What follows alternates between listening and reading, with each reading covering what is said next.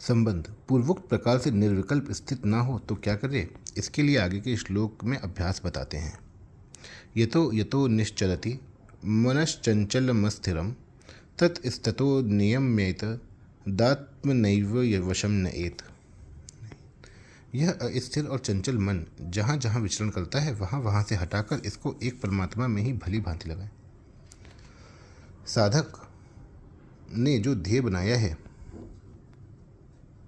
उसमें यह मन टिकता नहीं, ठहरता नहीं, अतः इसको अस्थिर कहा गया है।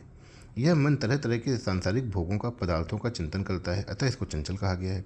तात्पर्य है कि यह मन न तो परमात्मा में स्थिर होता है, न संसार को ही छोड़ता है। इसलिए साधक को चाहिए कि यह मन जहाँ जहाँ जाए, जिस जिस कारण से जाए, जैसे जैसे जाए और जब जब जाए, इसको वहाँ वहाँ से, उस कारण से वैसे वैसे, तब तब हटाकर परमात्मा में लगाए। इस अस्थिर और चंचल मन का नियमन करने में सावधानी रखें, ढिलाई ना करें। मन को परमात्मा में लगाने का तात्पर्य है कि जब यह पता लगे कि मन पदार्थों का चिंतन कर रहा है, तभी ऐसा विचार करें कि चिंतन की वृत्ति और उसके विषय का आधार और प्रकाशक परमात्मा ही है। यही परमात्मा में मन लगाना है। परमात्मा में मन लगाने की युक्तियाँ। मन जिस किसी इंद्रिय के विषय में, जिस किसी व्यक्ति, वस्तु, घटना, परिस्थिति आदि में चला जाए, अर्थात उसका चिंतन करने लग जाए, उसी समय उस विषय आदि से मन हटाकर ध्येय परमात्मा में लगाएं।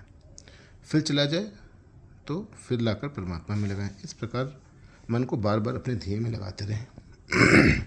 जहाँ जहाँ जाए वहाँ वहाँ की परमात्मा, जहाँ जहाँ मन जाए वहाँ वहाँ ही परमात्मा को देखें। जैसे गंगा जी याद आ जाए तो गंगा जी के रूप में परमात्मा ही है, गाय याद आए तो गाय के रूप में परमात्मा है। इस तरह मन को परमात्मा में लगाएं।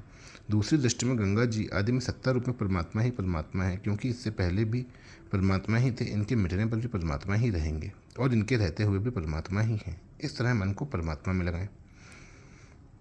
साधक जब परमात्मा में मन लगाने का अभ्यास करता है तब संसार की बातें याद आती हैं। इससे साधक घबरा जाता है कि जब मैं संसार का काम करता हूँ तब इतनी बातें याद नहीं आती, इतना चिंतन नहीं होता। परंतु जब परमात्मा में मन लगाने का अभ्यास करता हूँ तब मन में तरह तरह की बातें याद आने लगती हैं। पर ऐसा समझकर साधक को घबराना नहीं है, क्योंकि जब साधक का उद्देश्य परमात्मा का बन गया तो अब उस संसार के चिंतन के रूप में भीतर से कूड़ा कचरा निकल रहा है, भीतर से सफाई हो रही है। तात्पर्य है कि सांसारिक कार्य करते समय भीतर जमा हुए पुराने संस्कारों को बाहर निकलने का मौका नहीं मिलता। इसलिए सांसारिक कार्य छोड़कर एकांत में बैठने से उनको बाहर निकलने का मौका मिलता है और वे बाहर निकलने लगते हैं। साधक को भगवान का चिंतन करने में कठिनता इसलिए पड़ती है कि वह अपने को संसार का मानकर भगवान का चिंतन करता है। अतः संसार का चिंतन स्वतः होता है और भगवान का चिंतन करना पड़ता है, फिर भी चिंतन नहीं होता है। इसलिए साधक को चाहिए कि वह भगवान का होकर भगवान का चिंतन करे। तात्पर्य है कि मैं तो केवल भगवान का हूँ और केवल भगवान ही मेरे हैं। मैं शरीर संसार का नहीं हूँ और शरीर संसार मेरे नहीं है। इस तरह भगवान के साथ संबंध होने से भगवान का चिंतन स्वाभाविक ही होने लगेगा, चिंतन करना नहीं पड़ेगा। ध्यान करते समय साधक को यह ख्याल रखना चाहिए कि मन में कोई कार्य जमा न रहे, अर्थात अमुक कार्य करना है, अमुक स्थान पर जाना है, अमुक व्यक्ति से मिलना है, अमुक व्यक्ति मिलने के लिए आने वाला है तो उसके साथ बातचीत भी करनी है, आदि कार्य जमा न रखें। इन कार्यों के संकल्प ध्यान को लगने नहीं देते, अतः ध्यान में शांत चित्त होकर बैठना चाहिए। ध्यान करते समय कभी संकल्प विकल्प आ जाए तो अड़ंग बड़ंग स्वाहा ऐसा कहकर उनको दूर कर दें, अर्थात स्वाहा कहकर संकल्प विकल्प की आहुति दे दें। सामने देखते हुए पलकों को कुछ देर बार बार शीघ्रता से झपकाएं और फिर नेत्र बंद कर लें। पलकें झपकाने से जैसा बाहर का दृश्य कटता है, ऐसे ही भीतर के संकल्प विकल्प भी कट जाते हैं।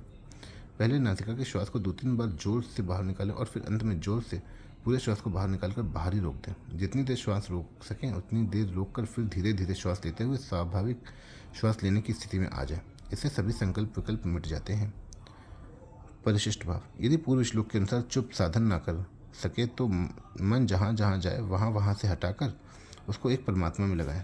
मन को परमात्मा में लगाने का एक बहुत श्रेष्ठ साधन है कि मन जहाँ जहाँ जाए वहाँ वहाँ परमात्मा को ही देखें, अथवा मन में जो जो चिंतन है उसको परमात्मा का ही स्वरूप समझें।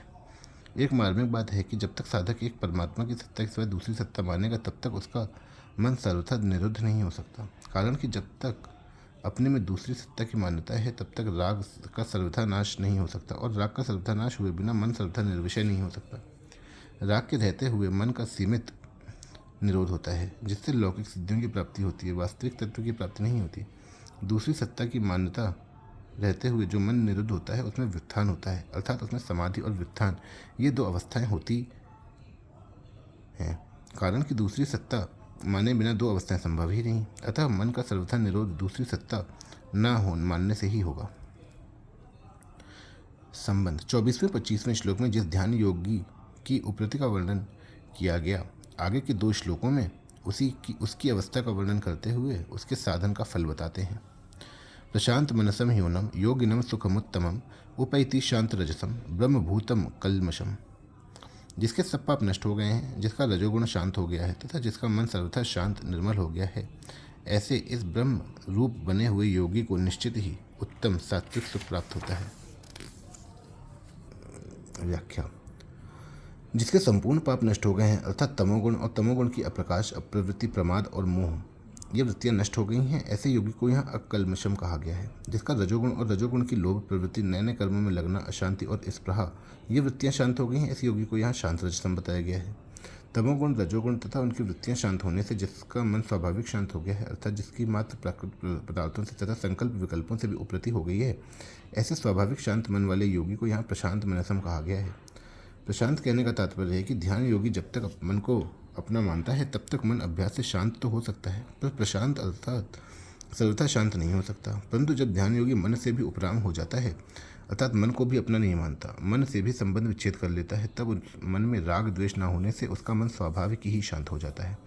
25वें श्लोक में जिसकी उपरामता का वर्णन किया गया है, वही उपराम होने से पाप रहित, शांत, रजोगुण वाला और प्रशांत मन वाला हुआ है। अतः उस योगी के लिए यहाँ एनम पद आया है। ऐसे ब्रह्मस्वरूप ध्यान योगी को स्वाभाविक ही उत्तम सुख अर्थात सात्विक सुख प्राप्त होता है। पहले 23वें श्लोक के उत्तरार्ध में जिस योग का निश्चय पूर्व के अभ्यास करने की आज्ञा दी गई थी, स निश्चयेन युक्तव्य, उस योग का अभ्यास करने वाले योगी को निश्चित ही उत्तम सुख की प्राप्ति हो जाएगी। इसमें किंचन मात्र भी संदेह नहीं है। इस निसंदिग्धता को बताने के लिए ही यहाँ ही पद का प्रयोग हुआ है। सुखम मुपैति कहने का तात्पर्य है कि जो योगी सबसे उपराम हो गया है, उसको उत्तम सुख की खोज नहीं करनी पड़ती, उस सुख की प्राप्ति के लिए उद्योग, परिश्रम आदि नहीं करने पड़ते, प्रत्युत वह उत्तम सुख उसको स्वतः स्वाभाविक ही प्राप्त हो जाता है।